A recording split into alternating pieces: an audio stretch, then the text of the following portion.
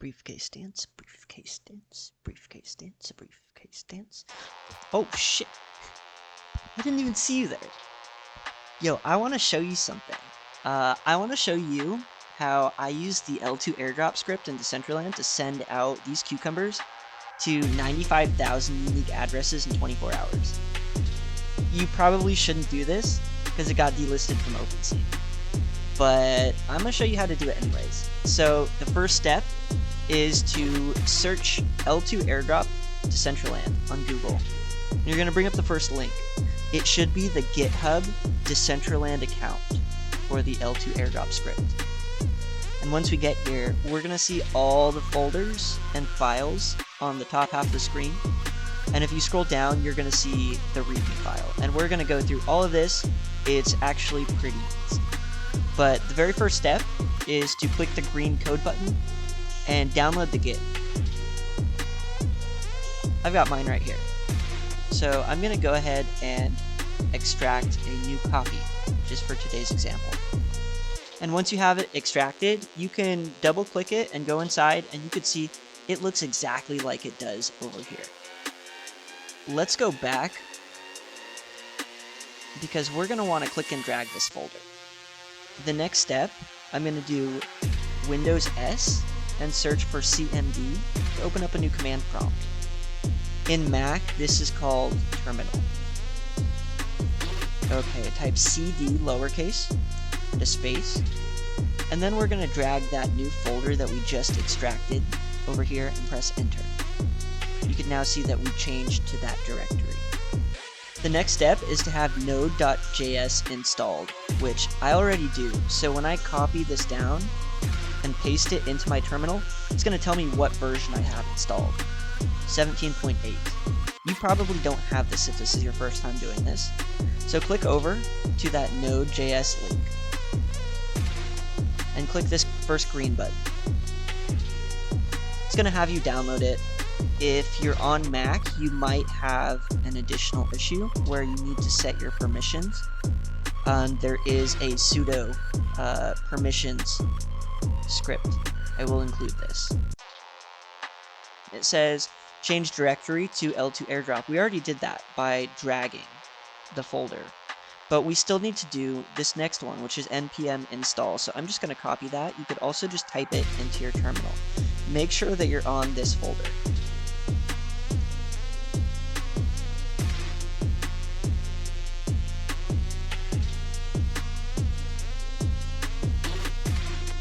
Okay, it says that there's 16 vulnerabilities, and to fix that, we just type npm audit fix, as seen right here. npm space audit space fix.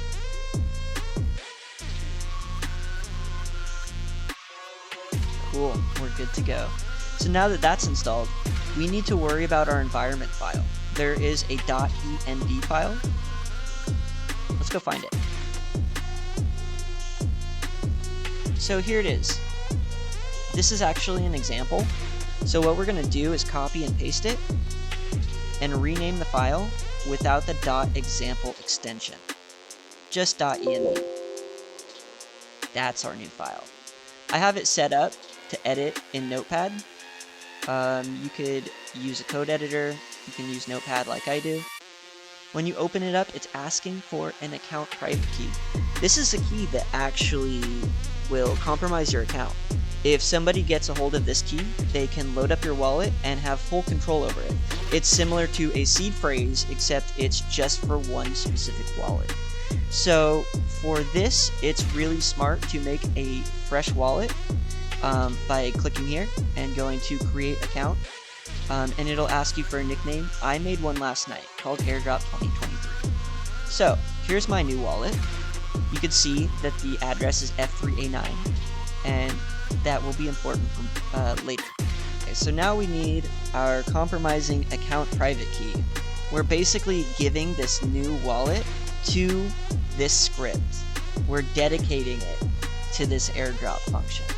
So what we're going to do is click on these three dots and go to account details. We're going to click export private key, and we're going to type our password.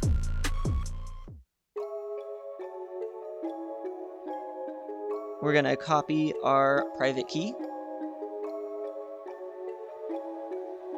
And we're going to go back to our notepad. And we're just going to paste it right into that new .env file. Control S. We're good to go. So now what? We've saved it with the private key. So next we're going to copy this. npm run environment. We're ready to launch it. And what can we expect? It's going to tell us that wallet that we added. So let's go see that one more time.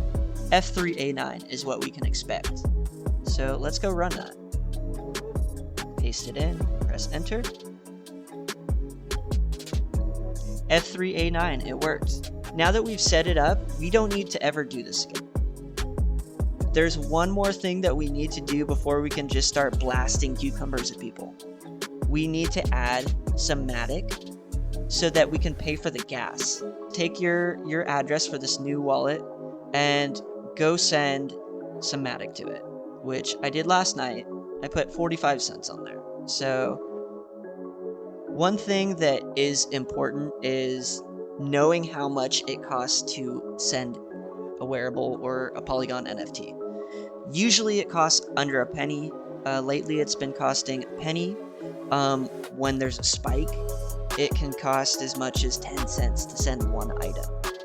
When it was under 1 penny and I was sending out 95,000 cucumbers in 24 hours, it cost me between $300 and $400. So one day this might not be doable for that price. But in the meantime, what we can do is go to Polygon Scan, and we could see the current gas price, which 200, that's pretty high. We're actually going to have to modify our script to be able to compensate for that. But you can see it costs about 1 penny for each transaction. So I've got enough in here in this wallet to send out about 45 wearables.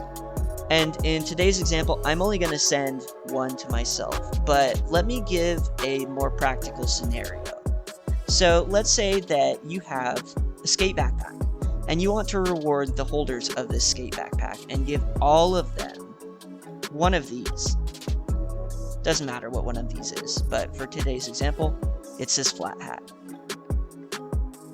So first we need to gather our addresses.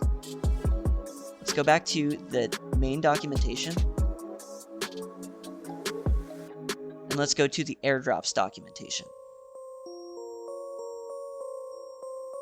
Now scrolling down, this is what we're going to type in when we're ready to initiate the airdrop. And you notice the very last line says max gas 50. That will actually fail currently, because if we go to Polygon Scan, we can see current gas price is $195. So we're going to need to bump that up to above 200 before we shoot it. But let's not get there yet. Let's go scroll down, and it's going to show you where you can gather the collection address or the aux ID for that wearable collection. I don't even like to do it that way. I just like to go find it in the marketplace, open it up, and in the URL, the aux address is right there between items. Let's take this over to polygonscan.com and search it. Over here on the right side is the token tracker. Click the link. You can see that there's 76 holders. And if you click on the holders tab, you can see who they are and how many items they have. There were 23 of these backpacks that got burned because you had to hold all 3 items in the collection in order to get this airdropped. So only 77 people did that. The remainders were burned. As you can see, there's only 50 per page. There's 2 pages of addresses. I'm just going to click export CSV. It wants to make sure that I'm not a robot, which luckily I'm not. We do need to edit this CSV, but I don't have Microsoft Office, so I'm actually just going to open it with Notepad, Control A, Control C to copy it, and we're going to paste it into a Google Sheet, Control V. And we're going to go to Data, we're going to go to Split to Columns. So now we've got one column with all the addresses and one with all the quantities. I don't care about the rest. Also, I'm going to skip the one with the dead address because we're not burning any today. So let's just copy this all the way down to row 77. And just to be clean, I'm just going to paste it into a new sheet. I'm going to double click up here so I can see all the addresses. Okay, so this looks really clean. And this person had 3 of them, so I don't know, maybe I want to give them 3 of the airdrops. So what I would do is I would just copy and paste it here, paste it here. Now there's 3 entries of that address, so they are definitely going to be getting 3 items, but this second column is not supposed to be how many they get. That was just for us to understand this internally. We're actually going to be changing the value of this column, so I'm going to delete all of it. And what are we changing it to? That's a good question. Let's go back over to the documentation for the airdrops. So we go down to the section where it explains creating the addresses.csv file. And you can see that it's just a CSV file with a row of addresses and ID. Now the ID is actually the item ID. If you have 1 item in a collection, then it's going to be 0. 0 is always the first item. The second item in that collection will be 1. So in today's example, there's only 1 item in this, and you could tell by going down to the bottom and seeing the collection, there's only 1. There would be multiple in this little preview. And I'm going to click it, I'm going to click it again, and up here it will say items 0. So since everyone's receiving the same item, we just want to put a 0 here, and I'm actually just going to double click this corner of this box to drag it all the way down. So everyone's getting the same item. Let's say that this person was getting the 4th item in the collection, well then I would be putting a 3 there. And just to show an example, Seafoam has 2 items in this collection. Which one is this? It's showing me the token ID, and I need to see the actual item ID. So again, you click into the collection, then click into the item, and you can see this one is item number 1. This would be item number 0. Cool. So now that we know everyone's getting the same thing, they're getting the hat, we are all ready to export this. Go to File, Download, CSV. And let's name it address.csv.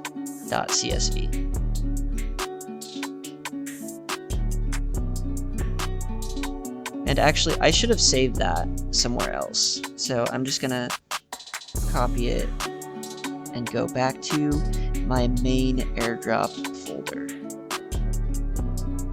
The one we started at with our .env file. And I'm gonna paste it in here. Okay, so now we have all of our addresses loaded up. And this right here is a step that we need to do every time we want a new airdrop to queue up. So copy the address over to Minters in the builder. Okay, F3A9. Okay, so that wallet is now allowed to mint items. This is something that you will also need to do every time you're minting a new item that you've never airdropped before. So we're ready to airdrop. Let's go back to our documentation. Send wearables. This is what we're copying. And I'm going to copy this into a new notepad. And here is where we're going to replace the collection address. The collection address for this is going to be the one that we're sending out, the one that we're airdropping.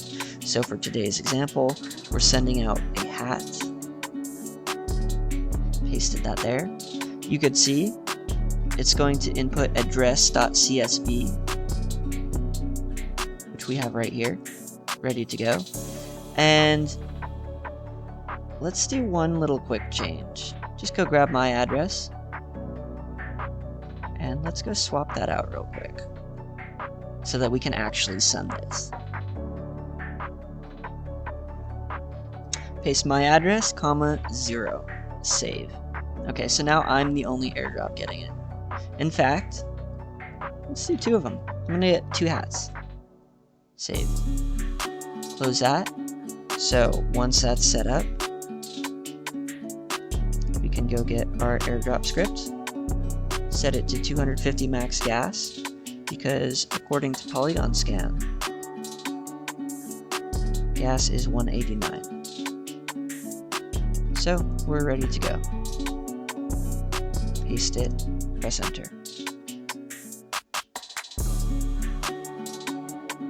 So it looks like one new transaction was completed, and we could actually go on Polygon Scan and look.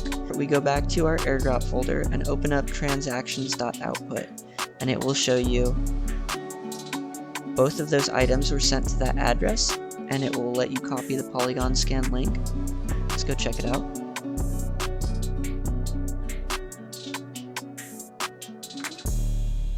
And lastly, let's go check our wallet.